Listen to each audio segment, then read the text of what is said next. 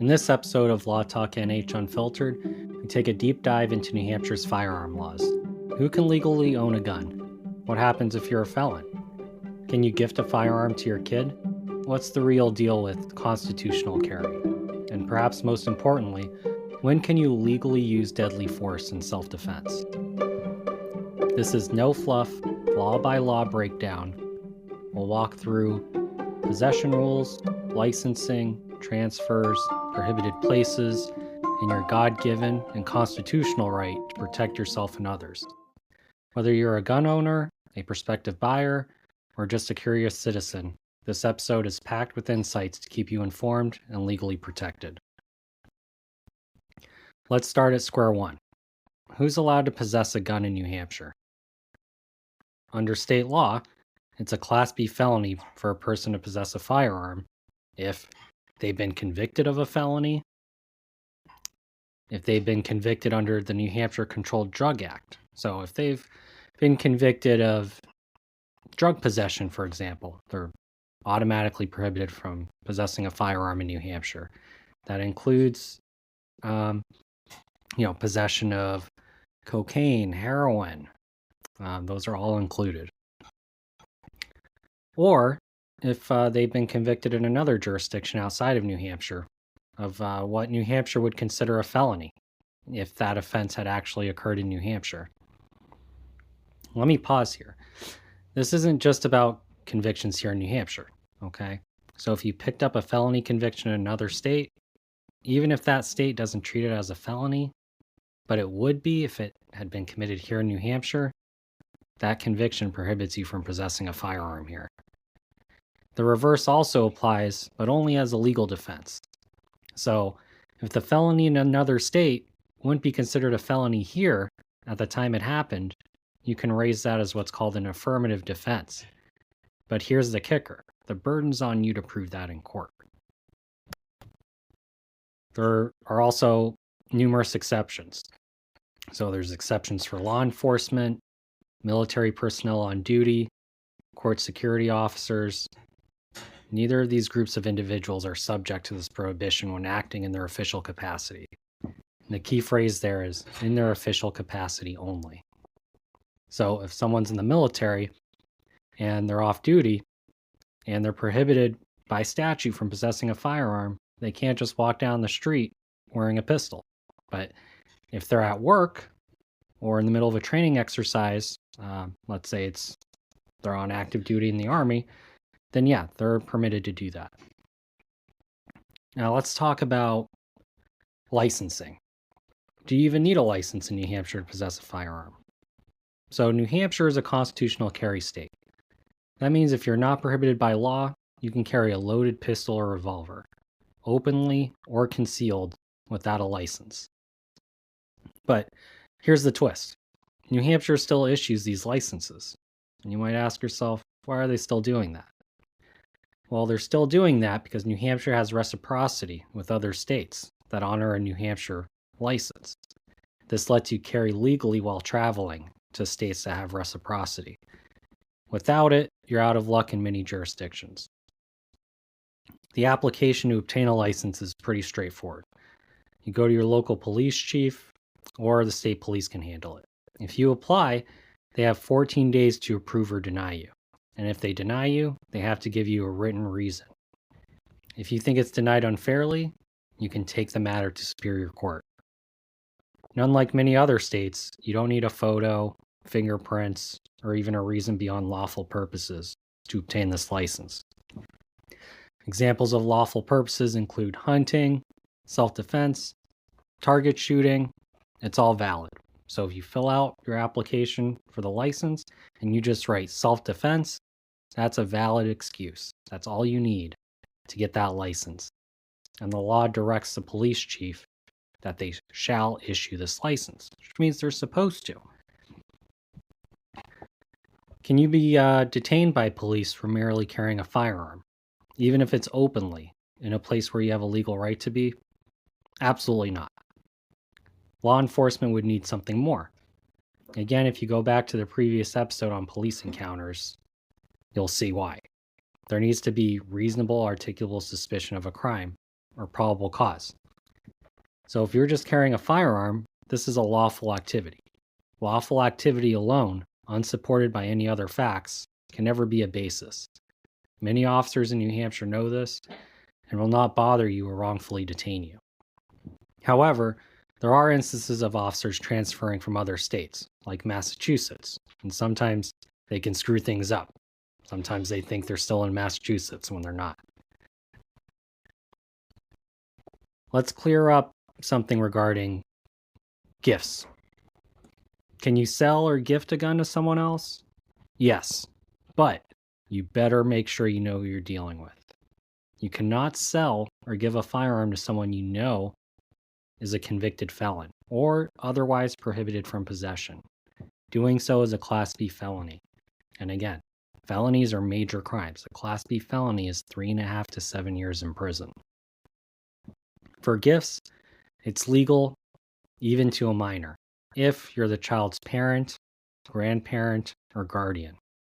Under New Hampshire law, minors can possess pistols or revolvers given by family or while participating in supervised training or hunting. So technically, yes, a father, for example, could gift a pistol to his 12-year-old son for open carry. But should you? That's another conversation.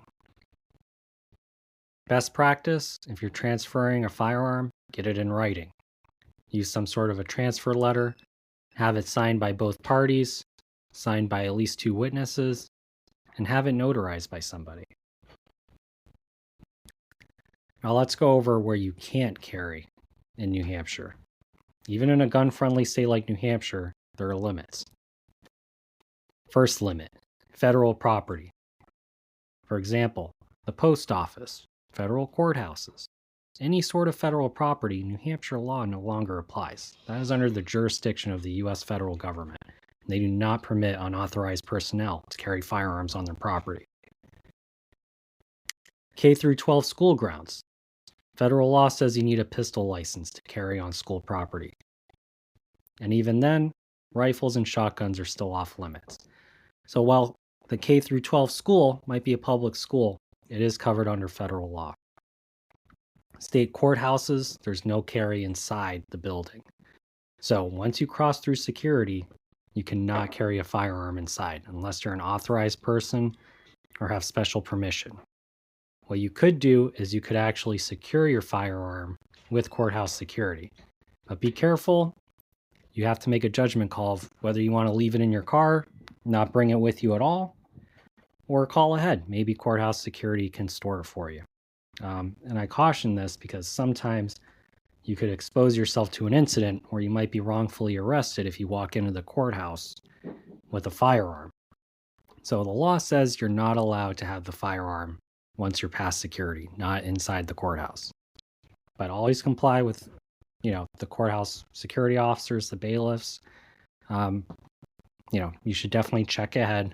Some courthouses will secure your firearm. Some won't. There's no law that mandates that they must secure your firearm for you. Now, let's move on to other property, private property. So, on private property, the owner or their agent, that's whoever they leave in charge of the property. So, for example, if you're at a private business, let's say you're at a little mom and pop shop, if they leave an associate there, and that's the only person there, that's the person that's in charge of the property. If they tell you you can't have a firearm on the property, you can't. If you don't leave, you're committing a trespass, and you can be arrested for that. What about colleges? Public property, right? But this is kind of a gray area. So, for example, UNH. Technically, they can't criminalize gun possession. But they have enforced their policy. Now, in general, people are not subject to policies. Policies are not laws. However, public campuses in New Hampshire is a gray area. You could be asked to leave. If you refuse, that's a trespass you could be arrested for. However, at UNH, the realistic results will be law enforcement will tell you that you can't do that. They'll ask you to leave. They'll ask you to put it away in your car. If you don't do that, you could get resisting, disobeying an officer. The charges can stack up. UNH actually allows temporary firearm storage at their police department. So if you are visiting the campus, it's best to call ahead and be courteous. And that's how we avoid misunderstandings. You can store your firearm at the station during your stay at UNH. So now let's talk about what is called state preemption. That means there's no local gun rules in New Hampshire. There's no patchwork of town-by-town gun laws. Only the state can regulate guns. Cities and towns can't impose their own bans, taxes, licensing requirements. That protects your rights no matter where you are in the state. Now, self-defense. The most practical consideration is self-defense with a firearm is going to be deadly force. Now let's get to the meat. Where can you legally use deadly force and when? Deadly force is justified. That means it's permitted if you reasonably believe someone is about to use unlawful deadly force against you or someone else, or someone is committing a burglary, kidnapping, or a forcible sex offense, or someone is committing a felony using unlawful force inside your home, or your curtilage. Your curtilage is that area outside your home. So around your fence line, that's your curtilage. Something like your shed. Your shed isn't, that's not your home, but it's part of your home. So it's considered your curtilage. So New Hampshire, if you're in your home and someone comes in, they're already committing a felony, and you have the right to stop that felony. And it's pretty reasonable, most people would say, if someone's broken into your home, it's pretty reasonable that you have a reasonable fear that they're going to use deadly force against you. But, and this is huge, you must not be the initial aggressor, and you can't provoke the situation just to have an excuse to shoot someone. Also important, New Hampshire has a statute that requires you to retreat unless you're in your home, your curtilage, or somewhere you lawfully have a right to be. So realistically, in most instances by far, you have absolutely no duty to retreat if you're somewhere you have a lawful right to be. So in general, wherever you'll be, you probably have a lawful right to be there, but if you don't, you have a duty to retreat. You can't use deadly force just because someone's trespassing. This is a common misconception, and it can result in years of your life being taken away from you. The way the law views it is property, a trespass, stuff like that is not more important than somebody's life. Or even someone stealing your property outside of your home. Property is not worth a life, at least in the eyes of the law. But remember, things can evolve. So depending on the facts and circumstances, deadly force is authorized. For example, if someone's stealing your property, you're not, in a general sense, outside of your home, you're not allowed to use deadly force, but you're allowed to use non-deadly force. So you could put your hands on them, you could try to stop them from taking your property. That can quickly evolve into a pretty deadly situation. If someone's beating you up, they pull out a knife, things can evolve. And at that point, you're not committing a crime by trying to stop them. And now you have a right to use deadly force because now you have a reasonable fear that the other person is using deadly force. It doesn't require that individual to have a weapon. It's based on the totality of the circumstances. For example, if someone's stealing a chair off my lawn and I try to stop them, and this person is built like Dwayne Johnson and they're beating me to a pulp with their fists, and I'm carrying a firearm, I can shoot them. I'm not obligated to sit there, let myself be pounded to a pulp and possibly killed or have a serious bodily injury. And finally, in New Hampshire, there's a specific law that if you draw your firearm on someone to warn them off, that in and of itself is not a crime. This is commonly known prior to the statute being passed as brandishing a firearm. So long as the threat you're reacting to would appear real to a reasonable person.